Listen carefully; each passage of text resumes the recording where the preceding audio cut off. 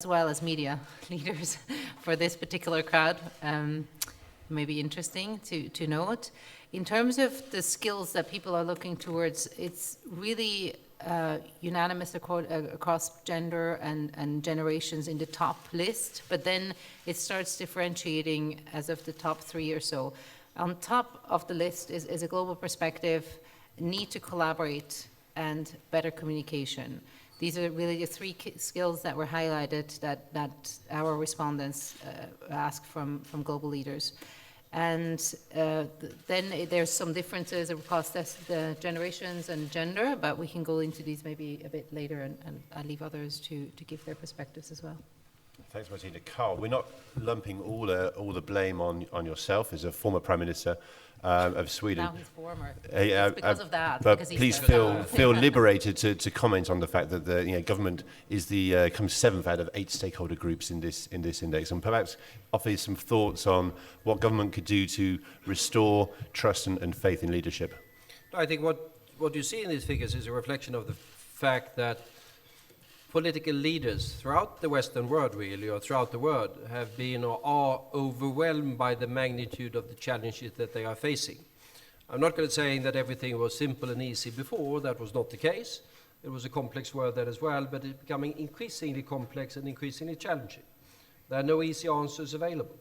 We have, obviously, since 2008, a very different and more challenging economic environment, be that in Europe or be that globally. We have environmental challenges with climate change that is putting new pressures both on our economic and political systems. We have lately health challenges in terms of Ebola, and we suddenly have also a geopolitical situation that is more demanding. Either if we speak about Russian aggression in Ukraine, or we speak about the ISIL threat in the Middle East, or we speak about the emergence of a far more assertive, somewhat nationalist China, with the implications that is having for East Asian security. So quite a number of developments.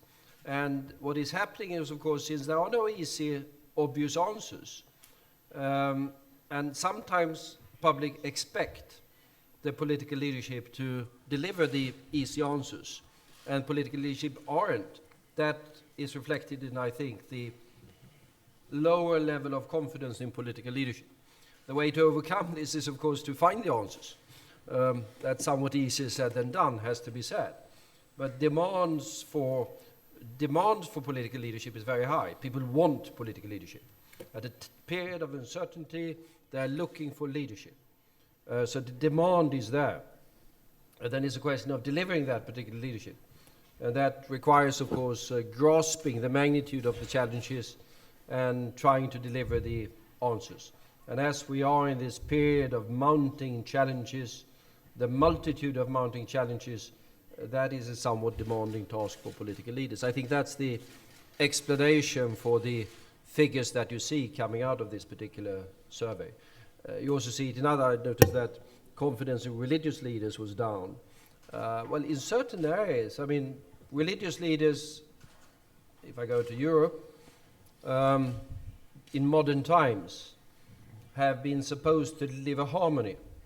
I mean, go back to the 30 Years' War, they were not really delivering harmony, they were delivering strife.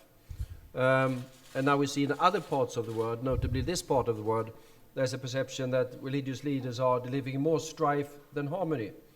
And that is also reflected, I think, in the declining confidence in religious leaders in different parts of the world. Thank you, Carl.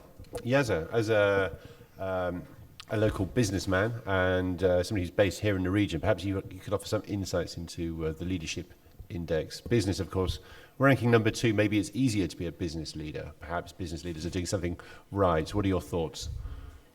Well, it's definitely easier and less overwhelming, but not something to be taken for granted. I think when I looked at the results initially, something that came to mind, that if you look at the challenges, income inequality, jobless growth, issues like weakening democracy, pollution, most of that list is failures of leadership.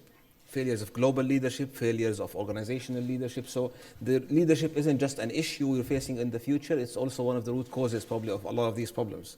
And I reflected more and more about, what is business doing right? Is business doing anything right? Are the NGOs doing anything right? Or is it just the matter that the others are much worse?